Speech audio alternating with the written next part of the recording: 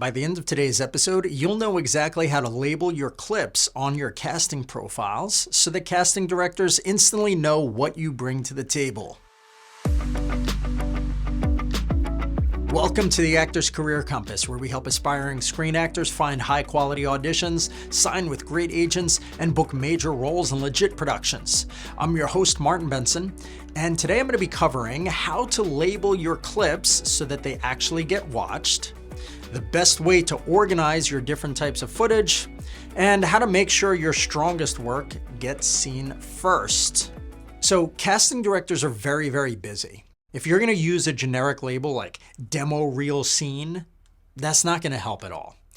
Same with titling the clip with the actual name of the scene or the production, because most people don't know what that scene is, or at least what the title of it might be. Like maybe they'll recognize what's happening in the scene and be like, oh, I remember that scene from whatever movie, but they won't know necessarily what it is if there's like a specific name or something in it, or like a name of a very specific character that you're playing. They're not gonna, most people at least are not gonna be like, oh, I remember that exact name of that character and it's from that clip and that's what's happening, so that's the scene that I want to click on, right?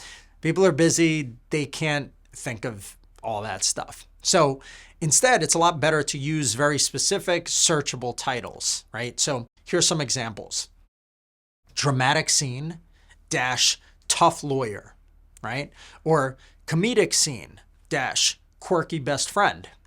Or co-star dash FBI agent on Law and Order, right? So something like that, obviously they're going to be like, oh, I got to check this out. What is this all about? Okay. Now for voiceover or commercial clips, you want to specify sort of what the tone is and also if it's a commercial or a voiceover clip, right? So an example would be commercial dash warm and friendly character dash McDonald's, let's say, if it's a big thing. Now, do keep in mind conflicts. I've done a previous podcast episode very recently on, you don't necessarily want to label a well-known potential project that you've done right there. That's why people hide it behind commercial resume available upon request.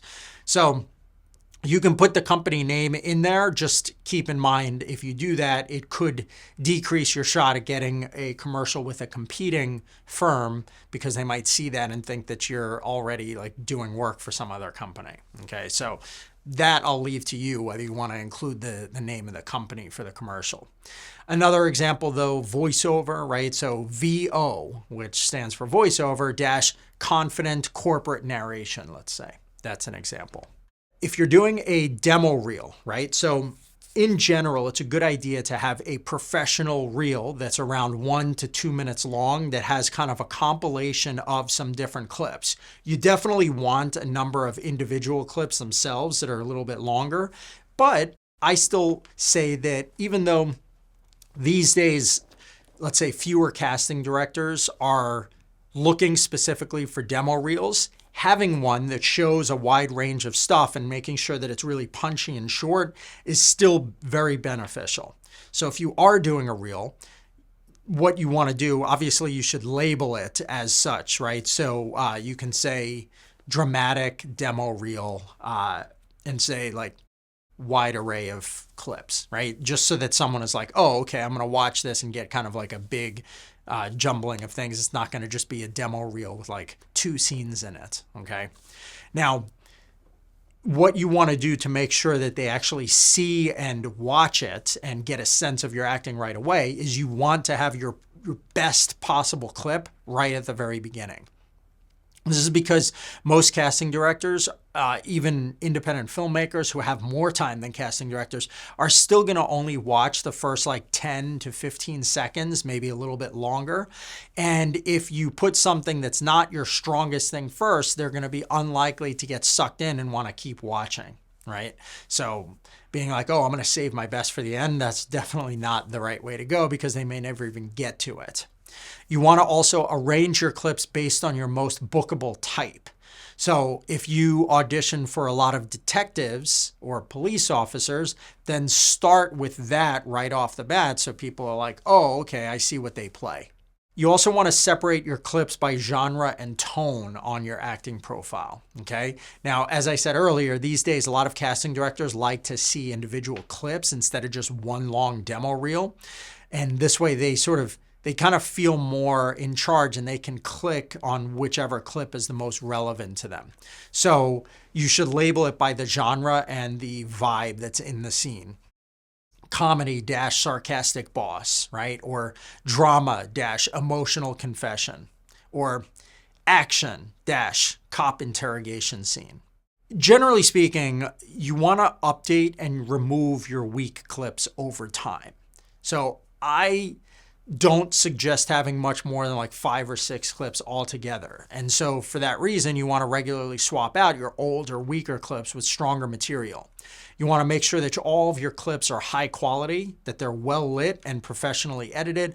And as you sort of replace certain clips, try to replace them with something similar in terms of emotional state and or type. So like if you have only one clip that shows you in a detective and you're yelling in that scene, then don't replace that with something that you're not a detective or that you're sad, because now you've lost that sort of feel with something else. Even if the acting, let's say, is slightly better in the new clip, I would rather you almost go and record like either a monologue or a dialogue type of scene on a flat backdrop and just like replace that weak acting one with something that's more of a self-tape style, as long as it's the same character type and the same emotional state, so that you make sure you're kind of covering your range of emotions and types.